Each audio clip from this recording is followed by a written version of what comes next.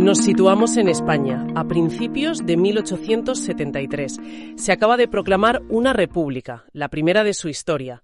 Hay un ambiente de cambio, de fervor, casi de utopía. Sí, un momento de una intensidad increíble. Pero ese sueño dura un suspiro. En menos de un año, el país está, sumido en el caos. 4 presidentes se suceden en el poder, estalla una nueva guerra civil carlista en el norte y, aquí viene lo increíble, en el sur varias ciudades se declaran naciones independientes. Los llamados cantones, exacto. Hoy vamos a analizar cómo de este experimento, a menudo calificado de caótico y fallido, nació un sistema político diseñado con la precisión de un relojero para garantizar justo lo contrario, la estabilidad.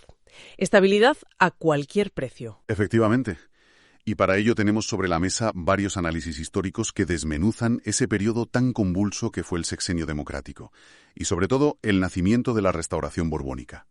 El objetivo hoy es meternos en la sala de máquinas de ese nuevo régimen, entender los fundamentos del llamado sistema político canovista. Exacto, la ingeniería política que hay detrás. ¿Cómo se construyó un régimen que duraría casi 50 años sobre las cenizas de un ideal revolucionario? ¿Y a qué coste se consiguió esa famosa estabilidad? Vale, vamos a desgranar esto. Venga. Para empezar hay que entender el punto de partida. La Primera República no llega por un gran movimiento popular arrollador, ¿verdad? Para nada. Uno de los historiadores que hemos consultado, Suárez Cortina, lo resume de una forma muy clara. La República, dice, llegó más por el agotamiento de la monarquía de Amadeo I que por la propia fuerza política de los republicanos. O sea que nació casi por descarte. Exactamente.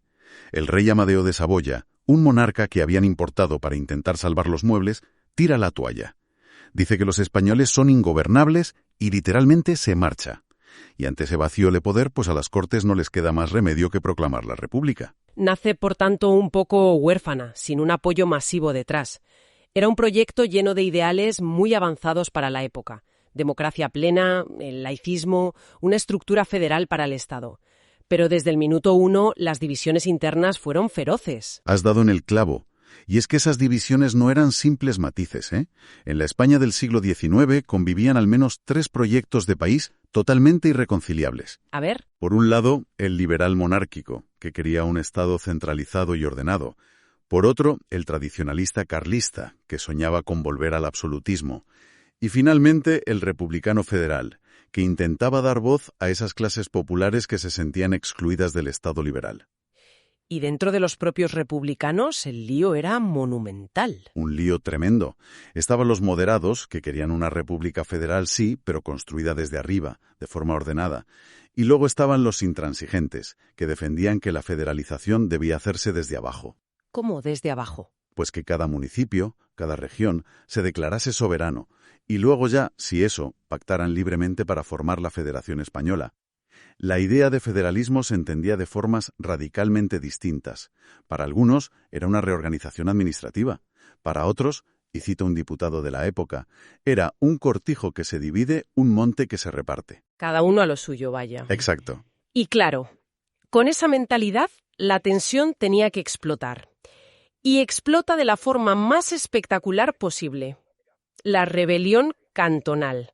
Aquí es donde la cosa se pone realmente interesante y casi surrealista. De repente, ciudades como Cartagena, Sevilla, Málaga, se declaran cantones independientes. El caso de Cartagena fue el más extremo. El cantón de Cartagena se declara independiente, crea su propia moneda, sus leyes y llega a declararle la guerra a Madrid. Increíble. Pero no solo eso, le declara la guerra a Alemania por un incidente naval. Tenían una parte importante de la flota española en su puerto y se sentían una potencia. Es alucinante. Hay relatos de la época que describen cómo Jaén se preparaba para una guerra contra Granada. El escritor Menéndez y Pelayo lo describió como tiempos de desolación apocalíptica. Se percibe una sensación de desintegración total. Y por si fuera poco, no olvidemos que mientras esto pasaba en el sur, en el norte la Tercera Guerra Carlista estaba en su apogeo. El ejército estaba dividido, luchando contra carlistas y contra cantones. La sensación de desgobierno era absoluta. En 11 meses, 4 presidentes. Insostenible. Totalmente. Así que el final era previsible. El golpe de Estado del general Pavía en enero de 1874, entrando a caballo en el Congreso, fue el golpe de gracia. Y esto deja una pregunta. Con la República fallida, ¿España estaba condenada a repetir el ciclo de golpes de Estado para siempre? Pues hubo un hombre que se obsesionó precisamente con romper ese ciclo, y su nombre era Antonio Cánovas del Castillo. Él vio todo este caos y llegó a una conclusión muy clara. La exclusión política de una parte de las élites llevaba inevitablemente al pronunciamiento. Al golpe militar. Exacto. Si no puedes llegar al poder por las urnas, buscas un general que te apoye. O sea, su diagnóstico era que mientras un partido gobernara y el otro conspirara en los cuarteles, la inestabilidad sería la norma. Precisamente. Su gran obsesión era crear un sistema donde las élites liberales, conservadoras y progresistas pudieran gobernar sin recurrir a los sables.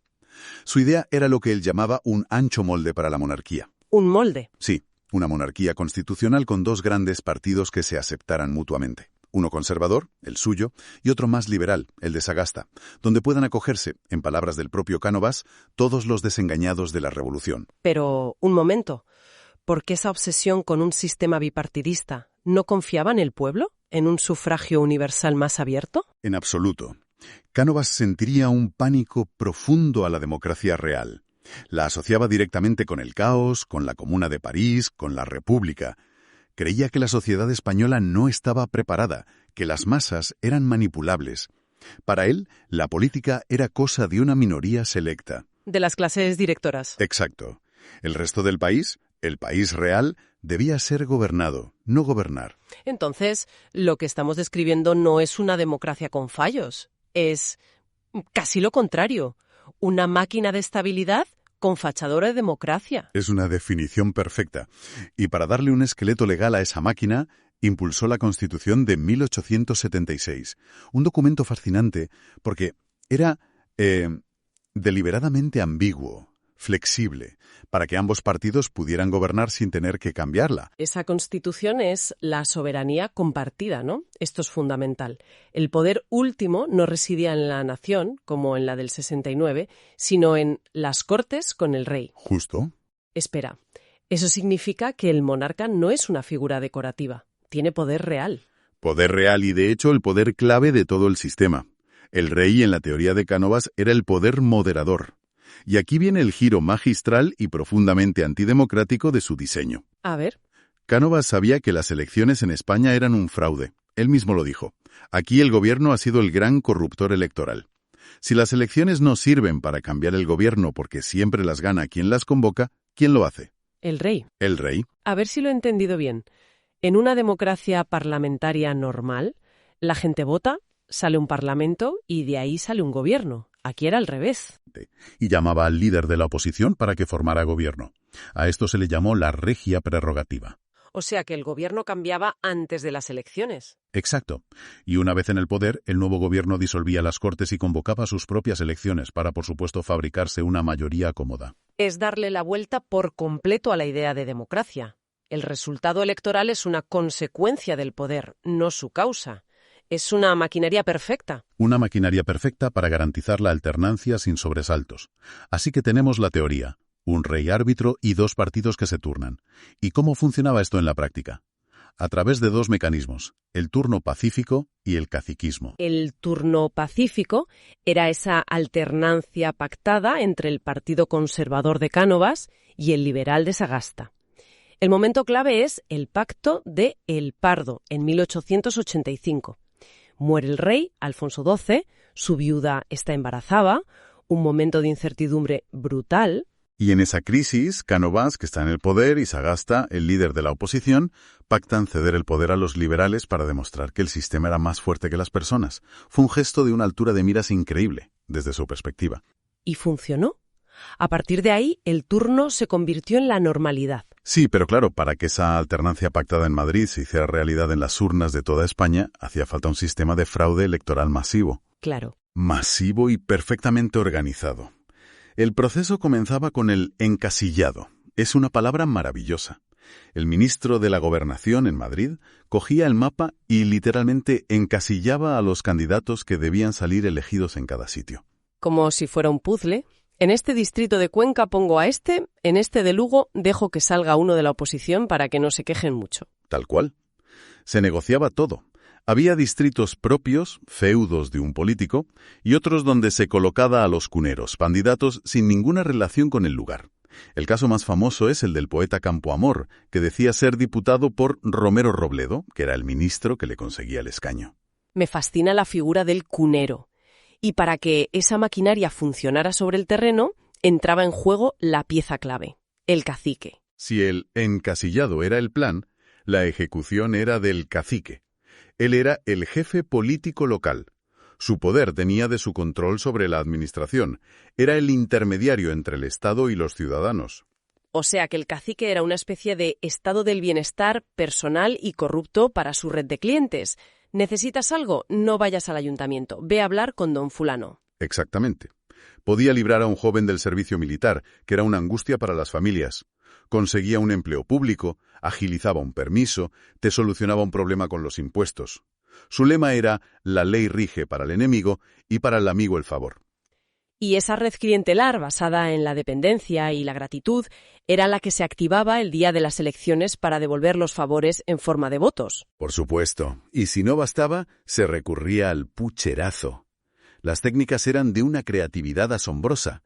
Se falsificaban actas, se incluían en el censo a personas fallecidas, los famosos Lázaros, que resucitaban para votar. ¿En serio? Sí. Se compraban votos, y si todo eso fallaba, se intimidaba a los votantes con la partida de la porra, que convencían amablemente a los electores. Vale, tenemos este sistema de dos partidos que funciona como un reloj suizo, pero ¿qué pasaba con todos los que no estaban en el club? Republicanos, carlistas, socialistas, los nacionalistas que empezaban a surgir. Se quedaban fuera. Y ese es el gran problema a largo plazo del sistema. La estabilidad de Cánovas se construyó sobre la exclusión. Mientras estas fuerzas fueron débiles, el sistema aguantó. Pero a medida que la sociedad cambiaba, el sistema no tenía mecanismos para integrarlos. Esa incapacidad para adaptarse será la causa de su derrumbe décadas más tarde. El intelectual Joaquín Costa lo definió a la perfección con dos palabras: oligarquía y caciquismo. Una élite en Madrid sostenida por una red de poderes locales que manipulaba la vida de la gente. Un sistema que generó estabilidad, sí, pero que era la negación de la democracia. Totalmente. Un sistema a dos niveles. Estaba el país oficial de las cortes, los debates, una fachada liberal, y por debajo el país real, el de los caciques, el pucherazo y la apatía de una población que sabía que su voto no valía nada. Entonces, resumiendo lo que hemos visto, cómo el fracaso de la utopía federal de la Primera República creó un profundo anhelo de orden, y cómo Cánovas diseñó un sistema casi perfecto en su cinismo, una fachada de parlamentarismo que escondía una maquinaria de poder oligárquico. Con el rey como árbitro, dos partidos turnándose y una red de caciques garantizando que la voluntad popular, nunca interfiriera. Exacto. Fue un sistema que consiguió su principal objetivo. Acabó con la inestabilidad y los golpes militares del siglo XIX. Ese fue su gran éxito. Pero su gran fracaso, su pecado original, fue construir esa paz sobre la apatía política y la corrupción institucional. Impidió que España desarrollara una cultura democrática real. Y aquí dejamos una idea para reflexionar. El sistema de Cánovas fue diseñado para durar, sacrificando la democracia por la estabilidad. Creó una estructura oficial, el turno, que se sostenía sobre otra no oficial, la red caciquil. Vamos a explorar ese universo de los excluidos, desde los que añoraban el absolutismo hasta los que soñaban con la revolución obrera, pasando por los que empezaban a imaginar una España completamente diferente. Es que ese es el punto clave. No hablamos de la oposición, en singular, sino de las oposiciones, en plural. Un mosaico de grupos que no tenían casi nada en común entre sí, salvo una cosa, que no tragaban con el sistema de Cánovas. Y entender esa diversidad de descontentos es fundamental para comprender por qué, a la larga, ese edificio aparentemente tan sólido acabó derrumbándose. Pues vamos a ello. Empecemos por unos viejos conocidos, de esos que nunca se rinden, los carlistas. Después de la última derrota militar en 1876, uno podría pensar que ya estaban acabados. Pero en las notas se ve que ni de lejos. ¿Qué hicieron? Cambiaron de estrategia. Totalmente. Se dieron cuenta de que la vía militar estaba agotada y pasaron, como se suele decir, de las armas a las urnas, o al menos a la lucha política. Es un cambio fundamental.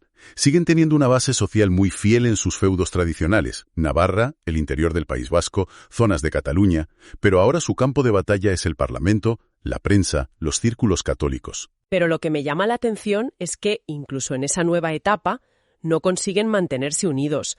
Enseguida aparece una primera grieta. Hay un sector que se va por su cuenta y monta el Partido Integrista, con Cándido Nocedal. Cuando se habla de integrista, ¿a qué nos referimos exactamente? ¿A un catolicismo a lo bestia? Exactamente. El integrismo es la versión más extrema del catolicismo político. Rechazan de plano cualquier cosa que huela a liberalismo. La soberanía nacional, la libertad de prensa, la libertad de culto. Para ellos, la única ley válida es la de la Iglesia Católica, y el Estado debe someterse a ella. Eran, por así decirlo, más papistas que el Papa. Esta división debilita el carlismo, que aunque sigue organizado en sus juntas tradicionalistas, ya ha perdido esa unidad monolítica que tenía en la guerra. O sea, que empezamos el análisis de la oposición y lo primero que encontramos es división. Me da la sensación de que esto va a ser una constante. Y si los carlistas se dividan, lo de los republicanos ya es para nota. El recuerdo del fracaso de la Primera República debió de ser una losa tremenda para ellos. Una losa y una fuente de reproches sin fin. El republicanismo quedó hecho trizas. En los documentos se ven 3 grandes familias, y la verdad es que se llevaban fatal. Por un lado tenías al más pragmático de todos, Emilio Castelar, y su partido posibilista. Espera, que esto es un giro de guión tremendo. Castelar, que había sido presidente de la Primera República, acaba básicamente aceptando la monarquía. Es el posibilismo en estado puro. Castelar y su gente, que eran sobre todo burgueses y clases medias que querían orden, llegaron a la conclusión de que una república era inviable en ese momento.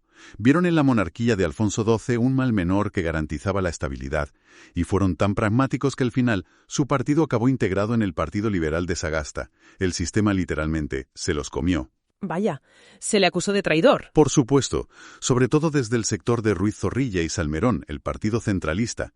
Ellos representaban la otra cara de la moneda, la del republicanismo que no se rinde, que sigue creyendo en la insurrección. No abandonaron la vía conspirativa, apoyaron levantamientos militares. Pero claro, eso les condenó a la clandestinidad, a la persecución y a una influencia política casi nula. Eran pura resistencia testimonial. Con lo cual, de los 3 grupos republicanos, uno acaba dentro del sistema monárquico y otro en la irrelevancia por conspirador. Nos queda el tercero, el Partido Federal de Pi y Margall. Pi y Margall se mantuvo fiel a su proyecto del sexenio, una España federal, laica y con una profunda base social. Tenía su apoyo en las ciudades, entre artesanos e intelectuales, pero su problema era precisamente ese, la coherencia a veces te aísla. Después del caos del cantonalismo durante la Primera República, la idea de federalismo daba pánico a mucha gente. Entonces, si lo entiendo bien, la gran lección aquí es que los republicanos eran su peor enemigo. Divididos, enfrentados y sin una estrategia común, era imposible que fueran una alternativa real al turnismo. Eran una oposición más ruidosa que efectiva. El sistema no tenía que esforzarse mucho en combatirlos. Se desangraban ellos solos. Dejemos a los opositores clásicos y entremos en un terreno que es completamente nuevo para la época y que va a marcar todo el siglo XX. Los nacionalismos periféricos. En las fuentes se enmarca en un contexto europeo, un auge de los nacionalismos, y se vincula a una conciencia nacional española bastante débil. Es un fenómeno fascinante. Mientras el Estado liberal de Cánovas intentaba construir una España uniforme y centralista, desde algunos territorios empieza a surgir un discurso que dice: un momento, nosotros somos diferentes, tenemos nuestra propia lengua, nuestra propia historia, nuestras propias leyes. Y sobre esa base cultural empiezan a construir una reivindicación política. Y el caso catalán es el ejemplo perfecto de un proceso gradual. Lo que me sorprende es que no empieza como un movimiento político, sino casi poético, con la Renaixença, una iniciativa para recuperar el prestigio de la lengua y la cultura catalana. Es el caldo de cultivo perfecto. Primero recuperas el orgullo por lo tuyo, por tu cultura, y de ahí el paso a la política es casi natural. El primero que da ese salto es Valentí Almirall, un republicano federal desencantado. Funda el Centre Català y en 1885 le presentan al rey el famoso Memorial de Agravios. Ahí ya no solo hay quejas culturales, hay quejas económicas y se pide autonomía política. La cosa se empieza a poner seria. Y de ahí va a más. La siguiente parada es la Unió Catalanista y su gran programa, Las Bases de Manresa, de 1892. Esto ya no es una simple lista de quejas, ¿verdad? Para nada.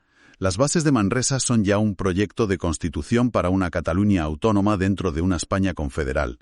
Es un documento complejísimo que habla de competencias, de soberanía interior. Es un salto cualitativo brutal. Ya no se pide permiso, se propone un modelo de Estado alternativo. Y todo este movimiento culmina con la creación de un partido que va a dominar la escena catalana durante décadas, la Lliga Regionalista de Prat de Riba y Francesc Cambó. Lo que se describe es un partido de la burguesía industrial, católico, muy conservador en lo social, pero firmemente autonomista. Exacto. La Lliga consigue algo que nadie había logrado antes: unir los intereses económicos de la burguesía catalana, proteccionismo para su industria, con la aspiración política de autogobierno. Se convierten en la bestia negra del sistema centralista de Madrid, porque por primera vez hay un partido organizado, con poder económico y apoyo electoral, que está cuestionando las reglas del juego de la Restauración. Si lo de Cataluña fue un guiso a fuego lento, cocinado durante décadas, el nacionalismo vasco parece que fue una explosión. Nace de una sola persona, Sabino Arana, y con unas ideas mucho más radicales desde el minuto 1. El contraste es total. Arana no pasa por una fase culturalista o autonomista. Su objetivo, desde la fundación del PNV en 1895, es directamente la independencia de Euskadi. Y su ideología, como se ve en las notas, se basa en una serie de pilares muy contundentes. Vamos a desglosarlos porque son muy potentes. Primero, un radicalismo antiespañol furibundo.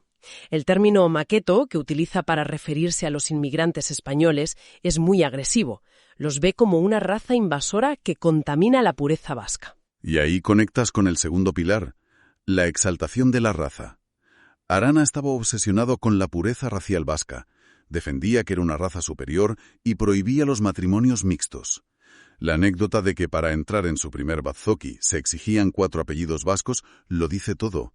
Es un discurso racialista que hoy nos pondría los pelos de punta. Pero suena increíblemente contradictorio. Defiende un mundo rural puro y arcaico, pero su movimiento nace precisamente en Vizcaya, el lugar más industrializado y moderno del País Vasco en ese momento, lleno de fábricas e inmigrantes. ¿Cómo se come eso? Es la gran paradoja. El nacionalismo de Arana es una reacción antimoderna a la modernidad. Él ve la industrialización, las minas, las fábricas y a los obreros que llegan de otras partes de España como una agresión a la Euskadi tradicional, católica y rural que él idealiza. Su nacionalismo es una muralla defensiva contra ese mundo nuevo que está transformando su tierra. Por eso su lema es Dios y ley vieja, una vuelta a un pasado idealizado. Entiendo. Es una reacción de miedo al cambio. ¿Y qué apoyo tuvo este proyecto tan radical al principio? Muy poco, y es importante subrayarlo. La élite intelectual vasca del momento, gente como Unamuno, Baroja o Maestu, lo rechazó de plano. Les parecía un movimiento cateto, clerical y antimoderno. Su base inicial fue la pequeña burguesía de Bilbao y algunos sectores del mundo rural de Vizcaya y Guipúzcoa, que se sentían amenazados por la gran industria y la inmigración. Pero tardó mucho en convertirse en un movimiento de masas. Vale. Y antes de cambiar de tercio, las notas mencionan de pasada otros regionalismos. En Galicia, con una base más cultural y literaria en torno a figuras como Rosalía de Castro, y en Andalucía, con raíces en el cantonalismo y un intento de constitución federal en Antequera. Sí, son la prueba de que el malestar con el centralismo no era exclusivo de Cataluña y el País Vasco, aunque en otros lugares no tuviera la misma fuerza política organizada en este periodo. Pero las semillas estaban ahí. Es interesante. Todos los movimientos que hemos visto hasta ahora, desde los republicanos a los nacionalistas, son principalmente de clase media o burgueses, pero había un cabreo monumental cociéndose por debajo en las fábricas de las ciudades y en los campos de Andalucía. ¿Cómo se organizó esa otra oposición, la de los trabajadores? Esa es la oposición que va a la raíz del sistema. No cuestiona si el Estado debe ser centralista o federal, cuestiona la propiedad privada y la existencia misma del Estado burgués. Y aquí, de nuevo, encontramos una división brutal, casi una guerra civil dentro del propio movimiento obrero, entre dos corrientes irreconciliables, anarquistas y socialistas. Empecemos por los anarquistas. Tenían una fuerza enorme, sobre todo en Cataluña y Andalucía. Se organizan en la FTRE, la Federación de Trabajadores de la Región Española. Su ideología es de rechazo total a todo, al Estado, a la Iglesia, al capital, a los partidos políticos. Y su gran dilema interno, que se ve muy bien en los documentos, es sobre el método de lucha. Por un lado tienes el anarcosindicalismo, la vía de la organización de masas, de crear sindicatos fuertes para luchar por mejoras laborales a través de la huelga general como principal herramienta. Es la lucha colectiva. Y por otro, la vía oscura, el anarcocomunismo y la propaganda por el hecho. Exacto. Una corriente minoritaria, pero muy ruidosa, que defendía que la única forma de despertar la conciencia del pueblo era a través de la violencia, del terrorismo, atentados contra los pilares del poder, la Iglesia, el Estado, la burguesía. Creían que una bomba podía ser más efectiva que 1000 panfletos. Y el ejemplo que se cita, el atentado del Teatro del Liceo de Barcelona en 1893, es escalofriante. Murieron 22 personas. Es que pararse a pensar en eso es terrible. Estás en el teatro, un símbolo del ocio burgués, y de repente estalla el terror. Eso tuvo que polarizar a la sociedad de una forma brutal. Brutal. Provocó una espiral de violencia y represión durísima. Y por supuesto desprestigió enormemente al movimiento anarquista en su conjunto, aunque la mayoría de ellos no compartiera esas tácticas terroristas. Y en la otra esquina del ring, los socialistas. El marxismo. Aquí el nombre clave es uno: Pablo Iglesias. Sin duda. Iglesias funda el PSOE en 1879, en la clandestinidad, y luego su brazo sindical, la UGT, en 1888. Su proyecto es la antítesis del anarquista. Donde los anarquistas ven desorganización y acción individual, los socialistas ven disciplina, organización y centralización. Su objetivo es el marxista clásico: tomar el poder del Estado para, desde ahí, construir una sociedad sin clases. Lo que se recalca es que se definen como un partido de clase, exclusivamente obrero. Eso los diferencia de los republicanos, que eran partidos con gente de todas las clases sociales. Es una diferencia fundamental. Los socialistas no querían pactar con la burguesía, ni siquiera con la republicana. Querían destruirla. Y a diferencia de los anarquistas, no rechazan la política. Al contrario, quieren participar en ella, tener diputados en el Congreso, alcaldes, usar las herramientas del sistema burgués para, eventualmente, destruirlo desde dentro. Y las fuentes mencionan una tercera vía, mucho más modesta: el sindicalismo católico. Sí, una reacción desde arriba, impulsada por la propia Iglesia y a menudo financiada por los empresarios. Era un intento de crear sindicatos amarillos, no revolucionarios, basados en la cooperación entre patronos y obreros, para frenar el avance del anarquismo y el socialismo, a los que veían como ideologías ateas y demoníacas. Bien, pues el panorama es desolador para el sistema. Bajo esa capa de barniz de estabilidad del turnismo, lo que tenemos es un hervidero: carlistas soñando con el antiguo régimen, republicanos peleándose entre ellos, nacionalismos que empiezan a cuestionar la idea misma de España, y un movimiento obrero que directamente quiere dinamitarlo todo. El sistema de Cánovas fue un éxito a corto plazo para las élites. Consiguió paz y un cierto orden. Pero fue un fracaso absoluto a la hora de integrar todas estas nuevas realidades sociales y políticas. No supo, o no quiso, darles una respuesta que no fuera la represión o simplemente ignorarlas. Estaba diseñado para conservar, no para reformar. Así que mientras el país real cambiaba a toda velocidad, con la industrialización, las nuevas ideologías, el país oficial seguía anclado en un pacto entre caballeros que cada vez representaba a menos gente. Exacto.